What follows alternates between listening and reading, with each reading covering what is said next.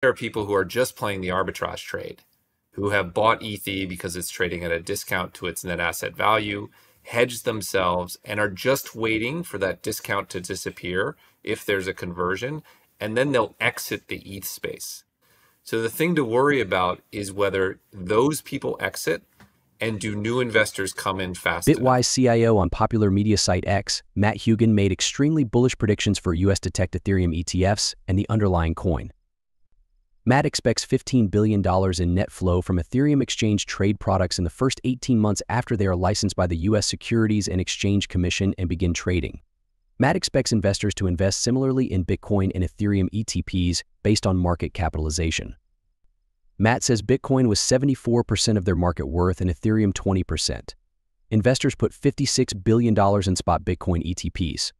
As Morgan Stanley certified ETFs mature, this should approach $100 billion by 2025. Matt says spot Ethereum ETPs need $35 billion in AUM to match Bitcoin ETFs, but headwinds may hinder this. If allowed, Grayscale Ethereum Trust will convert $1 billion. Matt estimates $25 billion ETF AUM from $35 billion. Matt reduces the amount after considering European and Canadian BTC and ETF sizes. Europe and Canada's 22% and 23% and 23% market shares are below Matt's 26% predictions. Matt notes in another post that this reduces predicted net flows from 25 to 18 billion. The carry trade, where institutional investors buy the BTC ETF and sell CME BTC futures contracts against it, may tie up 10 billion. I don't expect the new ETFs to remove carry trade assets from our model because the carry trade isn't profitable for non-sane assets. Reduces flow forecast to $15 billion from $18 billion from $18 billion.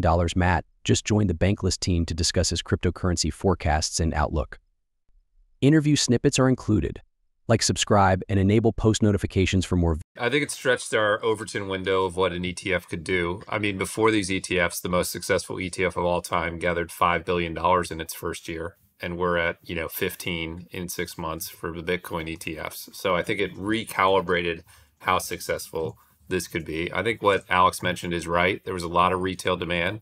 I think a lot of retirement account demand. And let's be honest, crypto works really well in that setting. It's a long-term investment with potentially very high gains that can be protected from a tax perspective. That's 3 big boxes to check, and I think you saw significant flows into that space. So yeah, it taught us that this is a successful space. It expanded how successful it could be. And now it's also created a class of traditional investors who own crypto in a brokerage setting. And I think a lot of those people are going to add ETH on top of their Bitcoin ETF exposure. Yeah, I think that's right. Every indication I have of that audience is that demand from that space is accelerating already. We're seeing increasing wins from that space. I'm sure Alex is seeing increasing wins from that space. And as mentioned, we expect to, open up major new markets at the Morgan Stanley, Wells Fargo, Bank of America's, UBS of the world. And I would just click down on that $40 trillion number. We're seeing sort of 2.5% emerge as an average allocation. 2.5% of $40 trillion is $1 trillion, right? We've done 15 billion. It's nothing. I don't know what the flows will be in the second half of the year, but I expect that we'll see an acceleration as those account platforms come on and as the inevitable tailwinds behind crypto right now, which are massive, push us to new all-time high prices as we move to the end of the year, which I think we will see. I will also add, I expect 2025 flows to exceed 2024 flows. And I think we're going to build flows. Wow. That's cool. Yeah, year after year for a number of years. There are 2 reasons for that. One is these wealth platforms coming on board and the institutional capital unlocking. And the other, again, to point back to data, gold ETFs are the closest analog to this Bitcoin ETF launch. They were enormously successful out of the gate. They were the most successful ETFs ever at the time. And year 2 flows exceeded year 1. Year 3 exceeded year 2. Really? Year 4 exceeded year 3, all the way up to year 7. When you open up new asset classes, it's a multi-year phenomenon. So I do think we'll see accelerating flows in 25 and beyond. Maybe at the bottom of the first. Maybe. ETFs are a slow burn business. I mean, I point back to those gold ETFs. They took 1 year off in year 8, and then they reaccelerated again. Their highest year was 2020, 16 years after they launched. Institutions need to buy trillions of dollars of crypto. Right now they own zero, and ETFs are going to be a primary vehicle. So I think, yeah, maybe it's the bottom of the first, and the home team's coming up. Matt is very optimistic about the ETFs in the next 12 to 18 months, but he warns people not to have too high of hopes in the first few months after launch.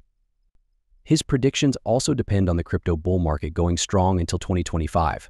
Even though Bitcoin prices fell below $4,000 on Friday and Ethereum prices fell below $3,000, Matt is still very optimistic about the current bull market and how crypto assets will do in the future. In a more recent tweet, Matt said that while there are some short-term headwinds that will likely hurt prices, there are even more long-term tailwinds. The tweet reads, "We have multiple short-term negative and non-recurring headwinds. We have a lot of long-term huge tailwinds, such as ETF flows, the DC shift winning in court, better infrastructure, and the Lindy effect. On the other hand, short-term headwinds that don't happen often are dragging down prices. With these hopes for Ethereum ETFs, this is a gift to long-term investment. Matt thinks that the base assets will go up in value a lot. He thinks that ETH will reach new all-time highs within months of the ETF going public." Here are some more clips from the interview. I would also just note that it's a non-recurring issue. Like, if you think about what's going to happen in this space, flows are going to come into these ETFs, assuming they launch, on a continual basis for multiple years. And ETH, we will get past.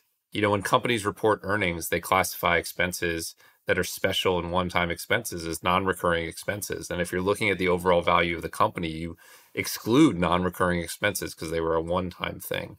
And so I think, the right way to think about this is a non-recurring event. There's going to be outflows. I think you've classified them right, David, as equal to or less than with Bitcoin, but they'll introduce a little bit of noise around the launch. And if they introduce a lot of noise, to my mind, that's an opportunity for investors.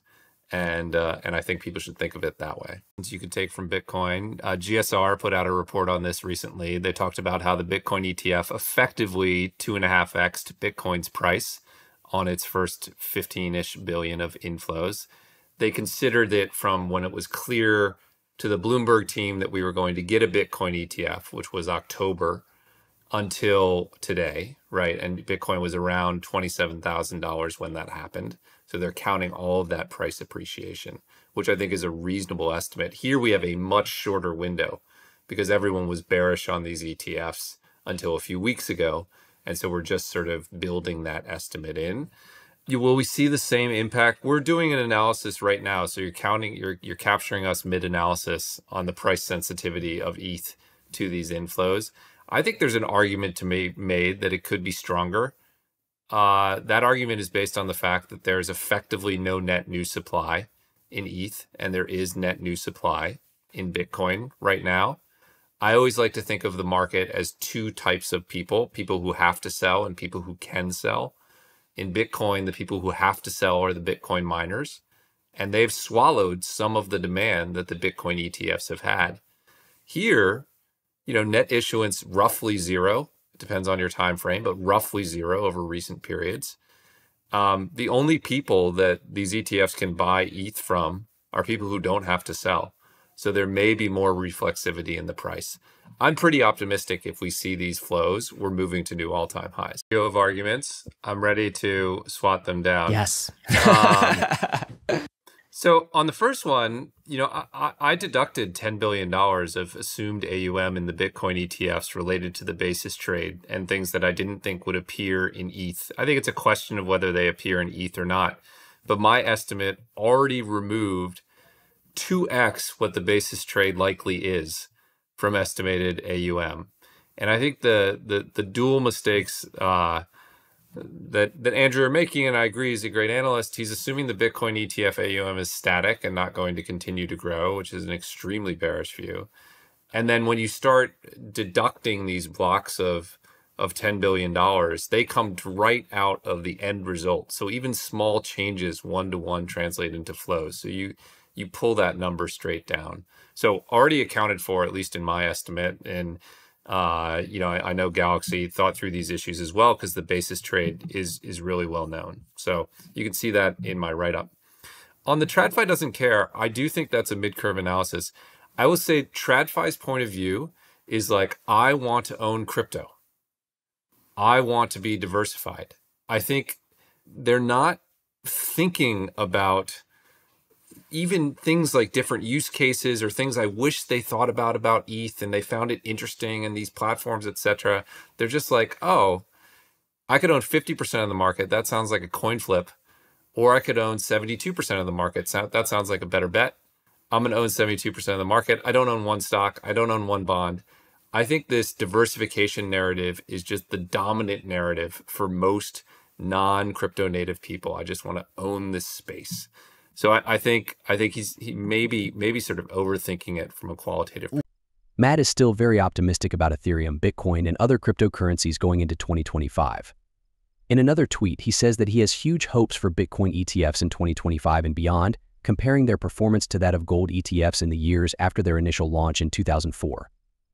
The tweet says, for people wondering about the long-term outlook for Bitcoin ETFs, consider the net flows into gold ETFs by year following their US launch. We haven't seen anything yet. Gold ETF flows by year: $1.5 billion in 2004, $3.30 billion in 2005, $4.80 billion in 2006, $5.8 billion in 2006, and $1.2 billion in 2008.3 billion in 2009. As someone pointed out in the comments below the post, spot Bitcoin ETFs will probably have much better years than the gold ETFs did in their first year. Do you agree with Matt Hougan's predictions for Ethereum ETFs and the underlying cryptocurrency? If you do, please leave your thoughts, comments, and observations below. Also, don't forget to give this video a thumbs up if you liked it. If you want to see more movies like this, please subscribe to the channel and turn on post notifications.